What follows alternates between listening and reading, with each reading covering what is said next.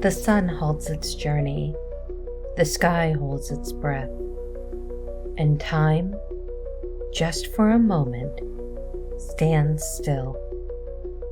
Welcome to Hauntings and Happenings, the podcast that peels back the veil between the known and the unknowable. I'm your host, Kasey, and today we are standing at a threshold. It is Litha, the summer solstice, the longest day, the shortest night, the blazing peak of the sun's power. But this isn't just a day of sunbathing and strawberries. This is a day ancient people feared and worshipped. A day wrapped in fire, crowned in flowers, and heavy with meaning. From the Celts of the British Isles who leapt over bonfires for luck, to the builders of Stonehenge who carved the sky in stone to honor this precise moment, humans have always known. This day matters. As Susan Greene explains in her article, What is the Summer Solstice for English Heritage? The stones were carefully designed to align with the movements of the sun, suggesting that the longest day of the year would have been a time of celebration, with warm nights and long daylight making it the perfect time to gather together. But what were they really celebrating? Today, we'll explore the fires and the folklore, but we'll also look deeper into the psychology of sunlight and the sociology of ritual. What happens to our brains when the days grow long? Why do we burn things to keep the dark away? And why does this day, this moment, still captivate us after all those centuries? Light your candles, raise your glasses, and welcome the sun. This is Litha. Long before clocks and calendars, there was the sky. And on the longest day of the year, when the sun refused to dip below the horizon, ancient people knew something powerful was happening. This was Litha, one of the 8 Shabbats on the Wheel of the Year. Litha, also known as Midsommar or the summer solstice, marks the sun's zenith, a moment in time when everything seems to stand still. The name itself may have roots in Anglo-Saxon, and the traditions we now associate with it borrow from cultures across pre-Christian Europe. According to Dhruti Bhagat in her article, The Origins and Practices of Litha for the Boston Public Library, the Celts celebrated Litha with hilltop bonfires and dancing. Many people attempted to jump over or through the bonfires for good luck. Other European traditions include setting large wheels on fire and rolling them down a hill into a body of water. These rituals were more than entertainment. They were spells of protection, rites of purification, and celebrations of survival. Bonfires were believed to drive away evil, bless the land, and fertilize the fields. In the Irish countryside, hazel branches were cut on Solstice Eve to help divine the location of gold, water, or precious jewels. And for the peoples of ancient Germany, the solstice was a time when fire met water, 2 sacred elements used to protect crops, cattle, and the community. Meanwhile, at Stonehenge, enormous standing stones were aligned with precision to frame the rising sun on the morning of the summer solstice. And Stonehenge wasn't alone. Across the world, monuments like the Bighorn Medicine Wheel in Wyoming and the Nabta Playa in Egypt were also built to track the sacred solar moment. At the heart of the Litha mythology stand 2 eternal rivals, the Oak King and the Holly King. These twin spirits battle endlessly for the balance of the year. The Oak King rules from Yule to Litha, a time of growing light, but on the solstice, he is defeated by the Holly King, ushering in the slow descent into shadow. As LitJoy Crate's Witchy Ways to Celebrate Litha puts it, Litha folklore includes stories of the Oak King and the Holly King in a constant fight for power. During Litha, the Oak King beats the Holly King, marking the peak of summer and the strength of the sun's energy. Symbolism surrounds every part of the celebration. Flower crowns and garlands to honor the blooming world, sun wheels lit ablaze and sent rolling downhill, St. John's wort, lavender, and vervain gathered for protection, wells and sacred trees decorated with ribbons and offerings, and, yes, leaping through fire for luck and fertility. The solstice was such a powerful cultural force that the early Christian church tried to absorb it. St. John's Day, on June 24th, mirrored many pagan customs, bonfires, herb blessings, and midsummer marriages, in an attempt to overwrite Litha with a new spiritual narrative. As noted in A Ritual for Litha from Spirituality and Health, like many pagan observances, the festival of Litha was co-opted and reshaped by the early church, leaving behind echoes in modern celebrations. Even now, we feel those echoes. Today's Wiccans and neo-pagans celebrate Litha as a time of personal empowerment, abundance, and connection to the natural world. In the busy Pagan's Guide to Litha, practitioners are reminded that this is often a time to pause, reflect, and honor the light within as well as around you. So, whether through some solemn meditation, joyful fire dances, or flower-laden rituals, under the sun, the essence of Litha survives.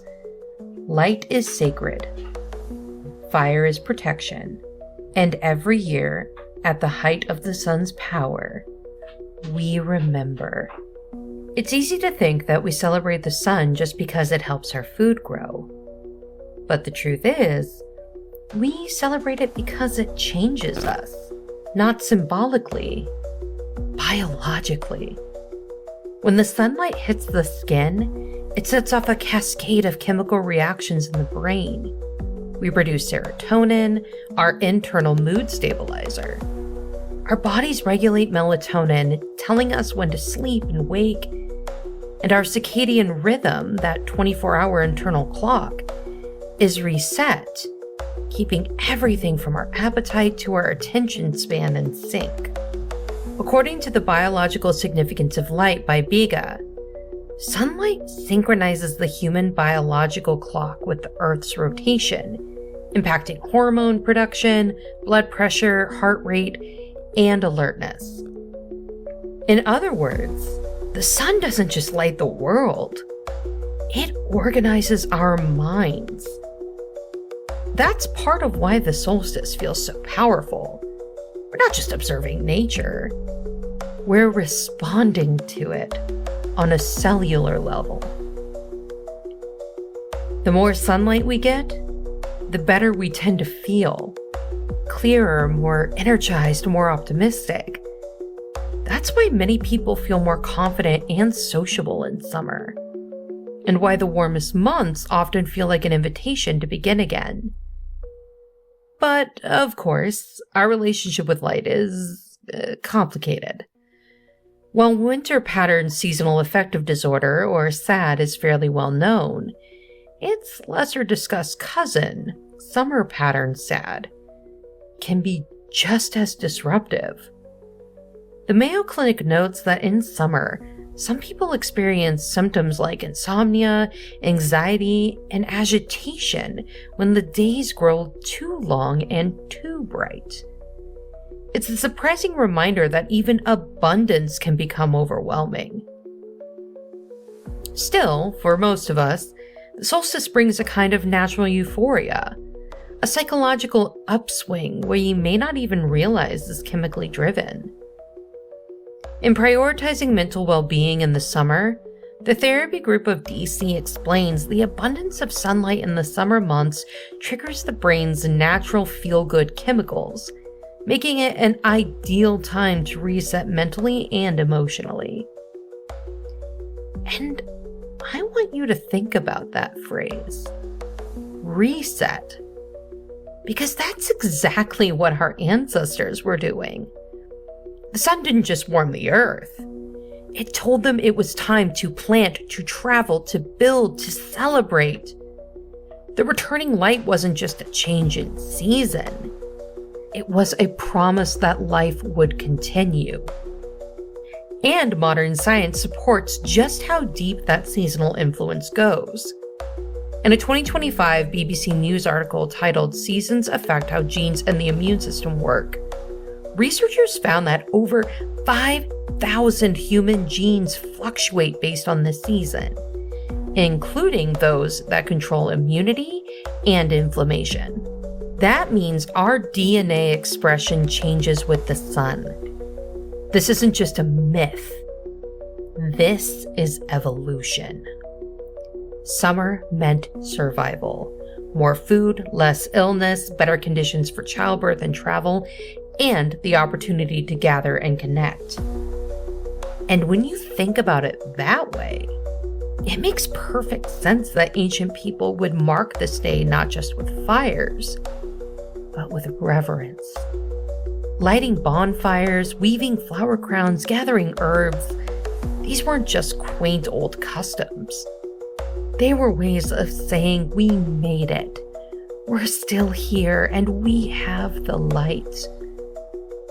So when we celebrate the solstice, we're not just following tradition.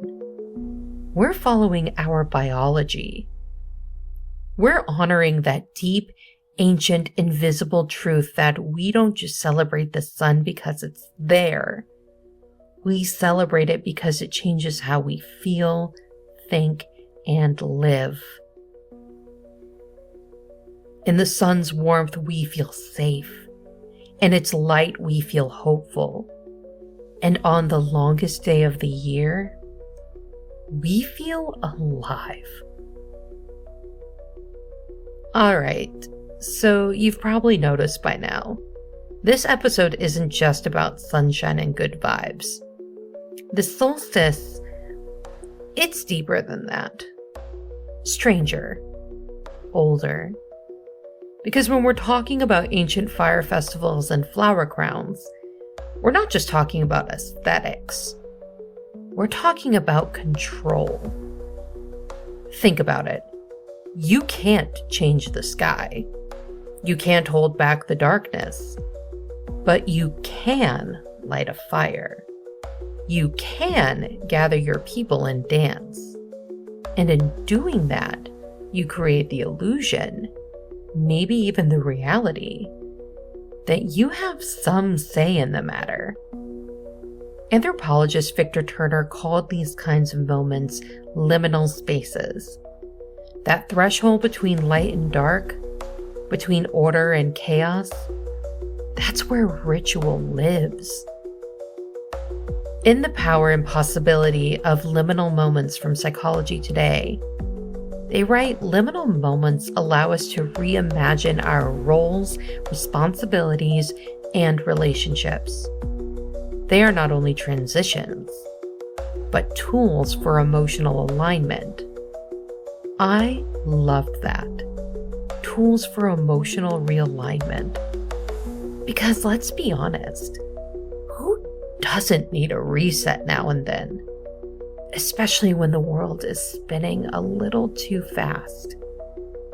And Litha is the moment for that reset. That is why bonfires were and still are such a big deal. They weren't just for warmth or spectacle.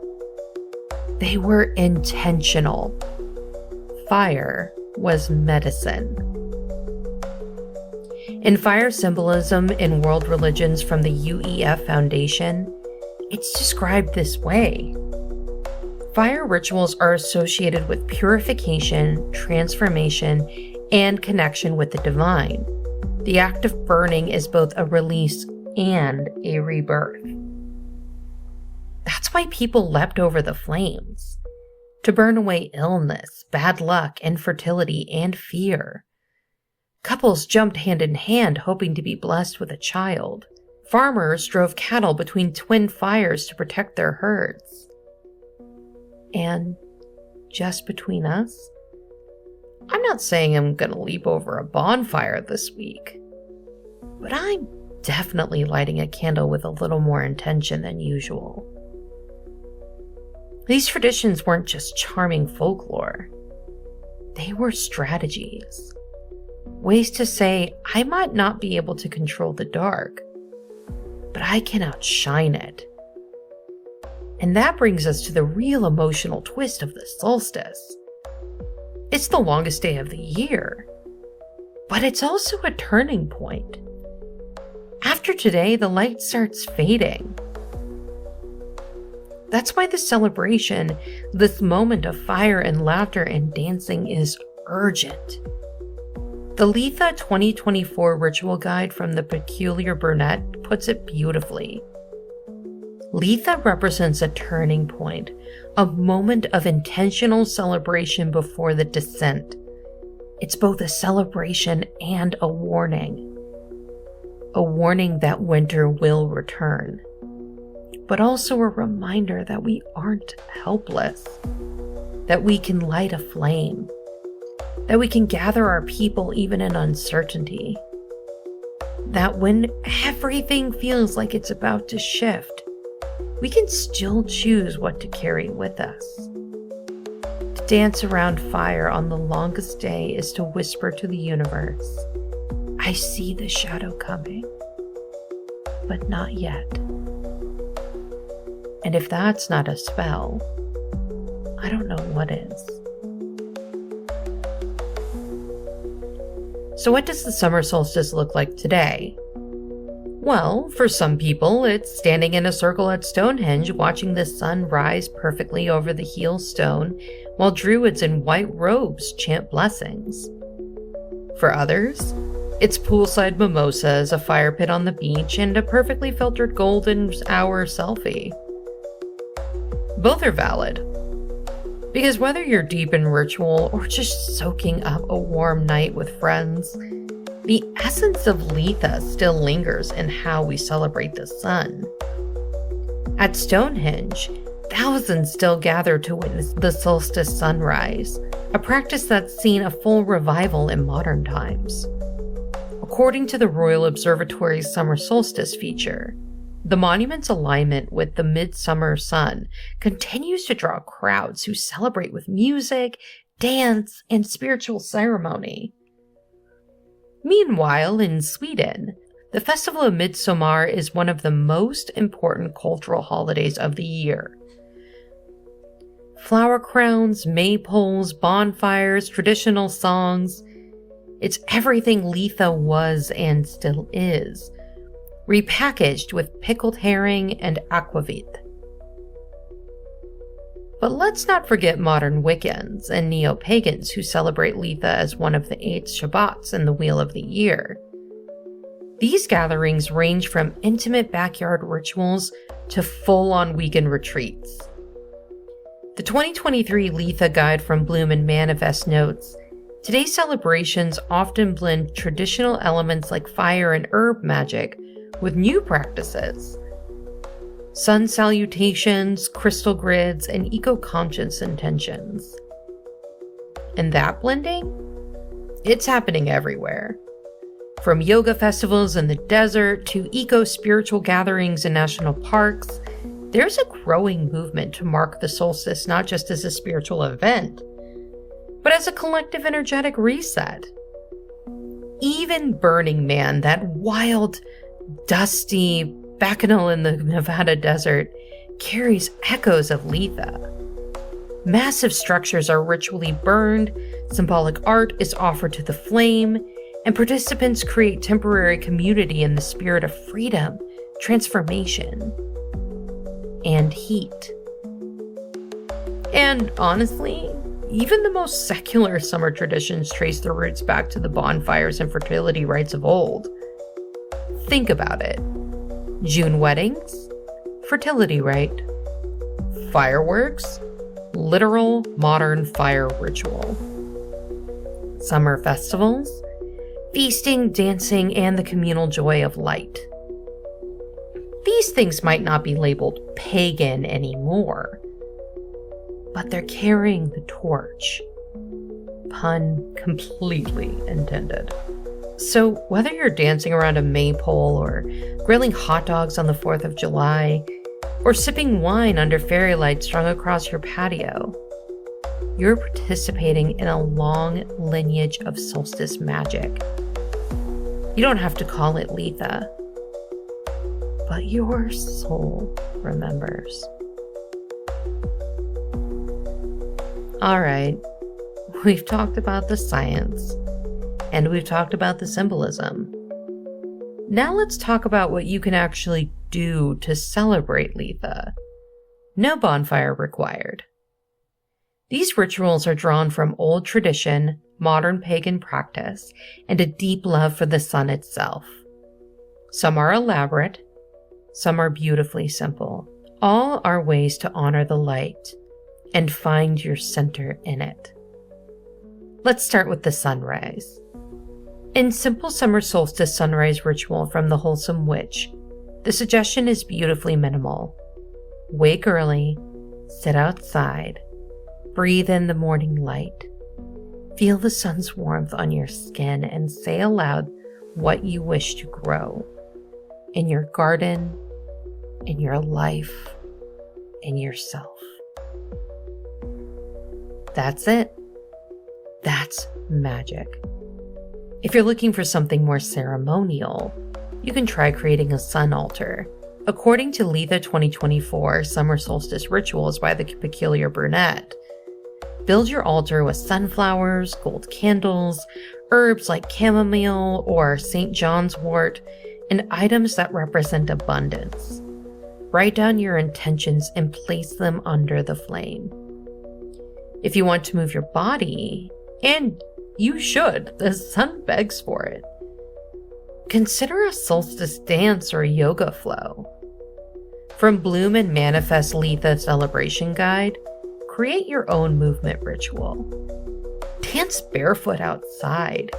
Stretch beneath the sun. Feel what it means to live in a body that is safe, joyful, and alive. You can also perform a fire release ritual.